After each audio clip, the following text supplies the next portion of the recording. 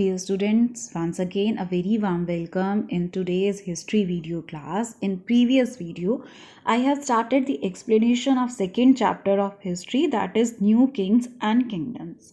And in previous video, I have showed you location of different dynasties and where they were ruling in our country, India.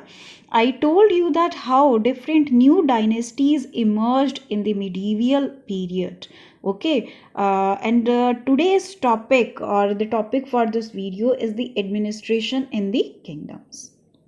So, to run the administration of any kingdom, what is required? Obviously, money is required. पैसे के बिना तो कोई काम होता नहीं है ना. तो how this money was acquired by the kings or the rulers?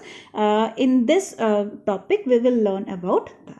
But before that, let's learn that many of these new kings adopted high surrounding titles. Earlier kings were known as kings only, है ना. तो जो rulers थे, they were known as kings only, but the new dynasties which emerged at this time, they used to give themselves some different titles like Maharaja Adhiraja.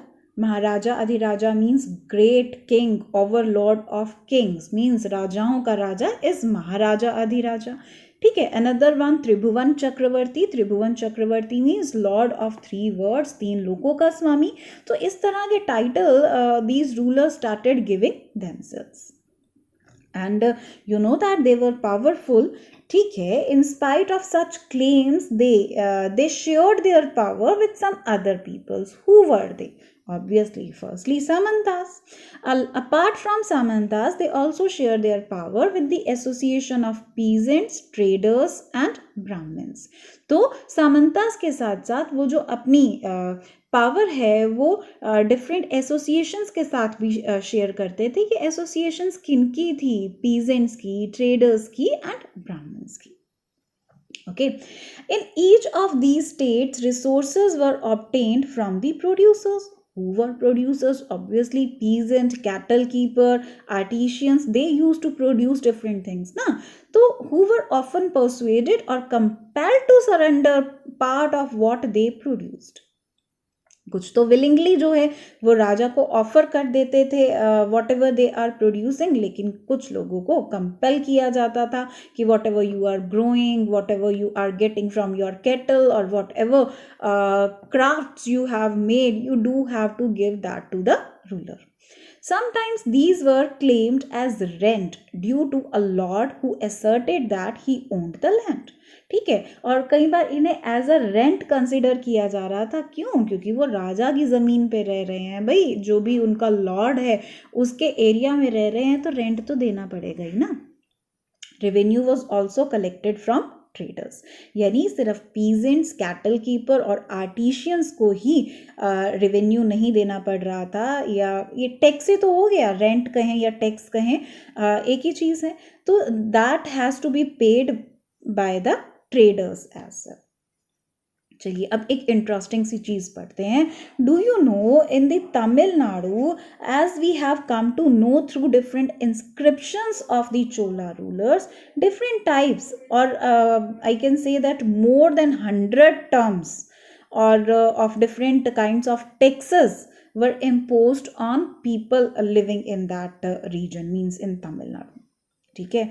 अभी यहाँ पे most frequently mention tax क्या है? That is वेटी. ये क्या था? It was not taken in form of cash or any produce. Actually, it was the form of forced labor, means people have to work on the field or they have to give their labor for some work. ठीक है. that tax, particular type of tax was known as Beti. Another kadamai. Kadamai क्या था? That was land revenue. Okay, and there were also taxes on thatching the house, the use of a ladder to climb palm trees, assess on succession of family property, etc. कुछ अजीब से लग रहे हैं ना, but these types of taxes were taken from the people by the ruler. Okay, surprising है but that is reality कि आपने यहाँ पे पढ़ा है different approximately 400 different types of taxes were collected from the people.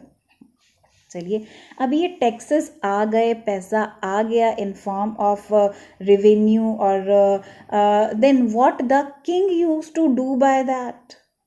These resources were used to finance the king's establishment.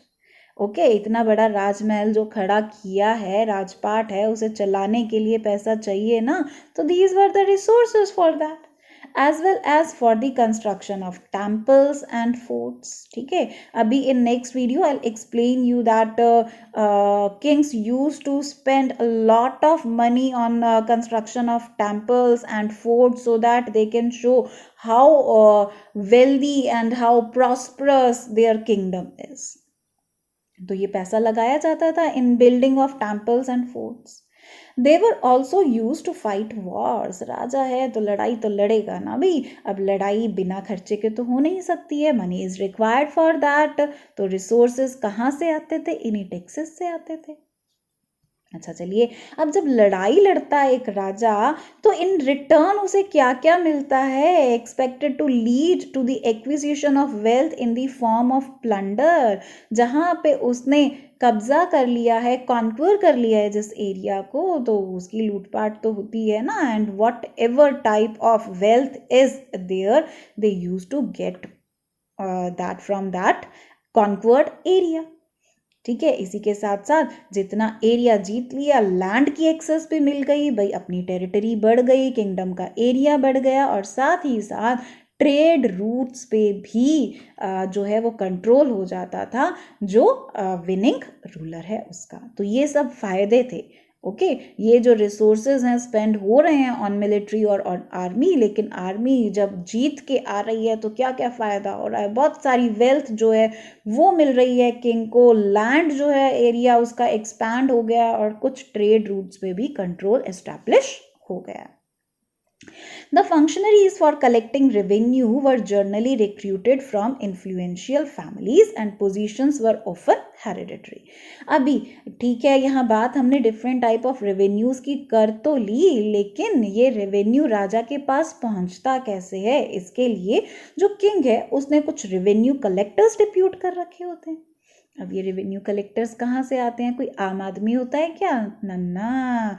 Mostly they belong to influential families, royal families भी आप उन्हें कह सकते हैं, जो किंग के नियर डियर वंस हैं. ओके, उनको जो है इन पोजीशंस पे रिक्रूट किया जाता था. This was true about the army as well. In many cases, close relatives of the king held these positions. सिर्फ रेवेन्यू कलेक्टर्स ही नहीं, आर्मी में भी जो बिग पोजीशंस थी, ओके, वो किन्हें दी करी जाती थी? उन लोगों को जो कि इन्फ्लुएंशियल फैमिली से बिलोंग करते हैं या फिर जो राजा के क्लोज रिलेटिव्स हैं. That's all for today's video. I hope you must have understood how administration work was done during the medieval period in different kingdoms. Thanks for watching the video.